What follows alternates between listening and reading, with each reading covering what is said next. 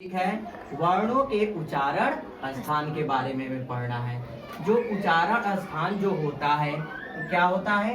कंठ होता है पहला उच्चारण स्थान, तालु होता है, मूर्धा होता है, दंत होता है, ओष्ठ होता है और दंत और ओष्ठ होता है, कंठ और तालु होता है, कंठ और ओष्ठ होता है और नासिक होता है। अब इन वर्णों के किस प्रकार से हम लोग इसका उच्चारण स्थान जानेंगे।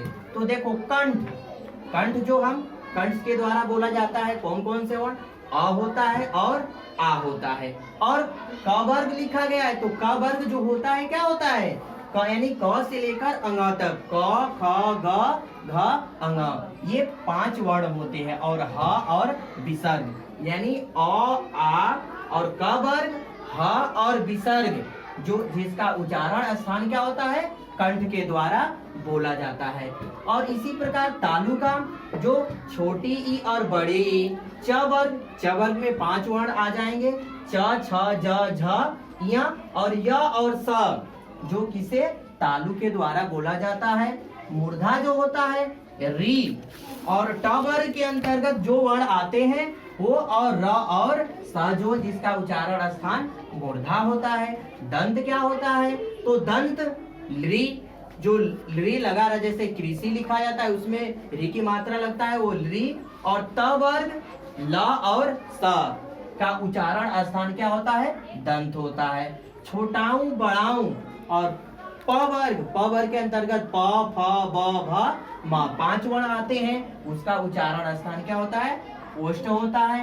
दंत और ओष्ठ का उच्चारण स्थान वह होता है, जो दंत और ओष्ठ के द्वारा बोला जाता है। जैसे व यानी दांत भी आ रहा है और ओष्ठ भी बाहर, हमारा ओष्ठ दोनों एक साथ जुड़ रहे हैं तो दंत ओष्ठ होता है।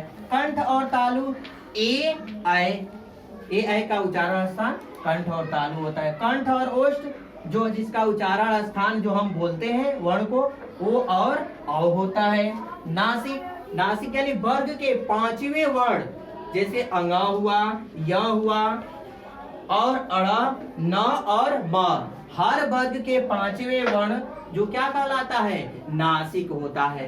अब इन उच्चारणों को हम पढ़ने के बाद ध्यान दें कि यदि कहा जाए, हमने कहा कि कंठ में क वर्ग आते हैं, क वर्ग के अंतर्गत 5 वर्ण आते हैं, यानी लास्ट वाला वर्ण जो होता है अंगा, या तो कंठ भी हो सकता है और नासिक भी होता है। क्या होता है? कंठ और नासिक। मगर यदि कहीं कंठ न देकर नासिक दिया गया है तो नासिक को हम सही करेंगे। यदि दोनों विकल्प में यदि पूछ दिया कि अंगा का उच्चारण स्थान क्या है, तो दे दिया, कंठ भी दे दिया, तालु भी दिया, मूर्धा भी दे दिया और नासिक भी दिया, तो अब तुम लोग एक कंफ्यूजन में हो जाओगे कि कंठ लगाए कि नासिक पर सही का निशान लगाए। तो हमें कहां पर जाना है? नासिक पर लगाएंगे। जब नासिक नहीं दिया रहेगा तो हमें किस पर लगाना है? कंठ पर लगाएंगे निशान। ठीक है ना? तो ये उच्चारण स्थान हुए।